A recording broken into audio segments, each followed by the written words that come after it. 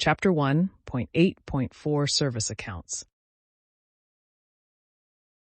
The page provides an overview of the service account object in Kubernetes, explaining its functionality, limitations, use cases, and alternatives, with links to further resources for guidance.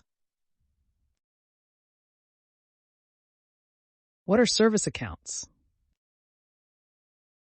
Service accounts in Kubernetes provide a distinct identity in a cluster that can be used by application pods, system components, and entities inside and outside the cluster for various purposes, such as authenticating to the API server or implementing security policies. These service accounts exist as service account objects in the API server and have properties such as being namespaced, lightweight, and portable. They differ from user accounts, which are authenticated human users in the cluster. When a cluster is created, Kubernetes automatically creates a default service account object for every namespace, which comes with default API discovery permissions. If the default service account object is deleted in a namespace, the control plane will replace it. If a pod is deployed in a namespace without manually assigning a service account, Kubernetes will assign the default service account for that namespace to the pod.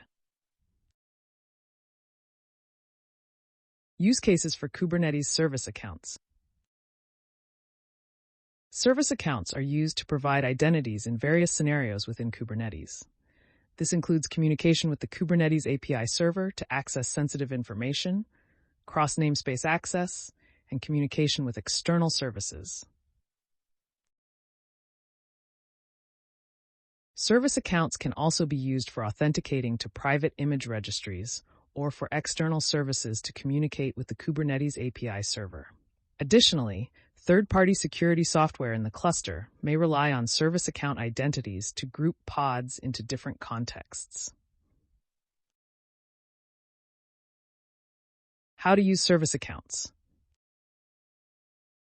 To utilize a Kubernetes service account, you must first create a service account object either through a Kubernetes client like kubectl or by defining it in a manifest.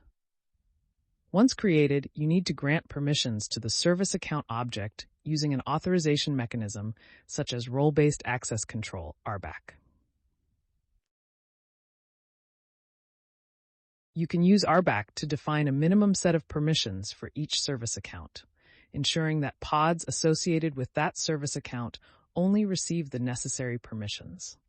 It's important to follow the principle of least privilege to enhance security. If you need to grant access to resources in a different namespace, you can use RBAC to allow service accounts in one namespace to perform actions in another namespace. By creating role and role binding objects, you can assign specific permissions to service accounts across different namespaces. To associate a service account with a pod, you specify the spec.serviceAccountName field in the pod specification. Kubernetes automatically provides credentials from the assigned service account to the pod. In newer versions, Kubernetes generates short-lived, automatically rotating tokens using the Token Request API and mounts them as a projected volume. You can specify to prevent Kubernetes from automatically injecting credentials by setting the AutoMount Service Account Token field to false. If you need to manually retrieve service account credentials for specific purposes, you can use the Token Request API, Token Volume Projection, or mount service account tokens as Kubernetes secrets in pods. It is recommended to use the Token Request API or Token Volume Projection for short-lived tokens that automatically rotate to improve security. Kubernetes provides an annotation, kubernetes.io/enforce-mountable secrets, that can be added to service accounts to restrict access to secrets. When applied, this annotation ensures that a service account's secrets can only be mounted on specified types of resources. By enforcing these restrictions, cluster administrators can enhance the security posture of the cluster and ensure that secrets are accessed only by the appropriate resources. It is important to avoid using long-lived service account tokens stored in secrets for applications outside of the Kubernetes cluster due to security risks associated with static, long-lived credentials. Instead, consider using alternative authentication methods such as private keys, certificates, authentication webhooks, or short-lived tokens obtained through the Token Request API.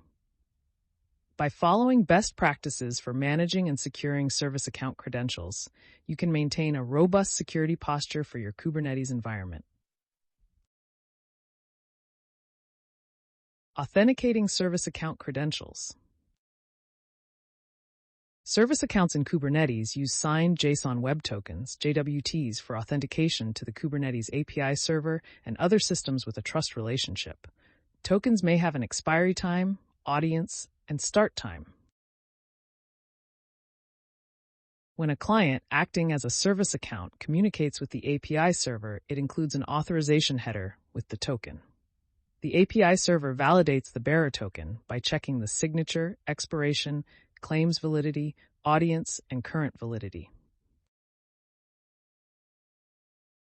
Token Request API produces bound tokens linked to the client's lifetime. For legacy tokens in secrets, the server checks against the secret. For authentication analysis, refer to authentication. To validate service account credentials in your own code, use the Token Review API or OIDC Discovery.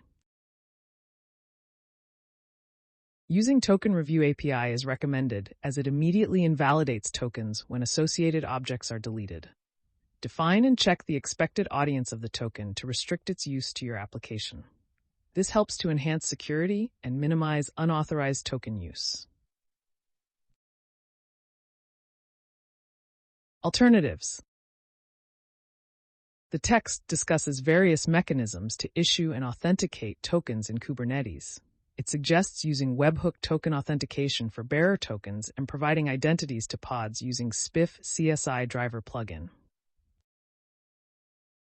It also advises using Istio Service Mesh to provide certificates to pods and authenticating from outside the cluster using OpenID Connect tokens. Additionally, it recommends using service accounts or user accounts created using external IAM services, the Certificate Signing Request API with client certificates, configuring Kubelet to retrieve credentials from an image registry, and using a device plugin to access a virtual TPM for authentication with a private key.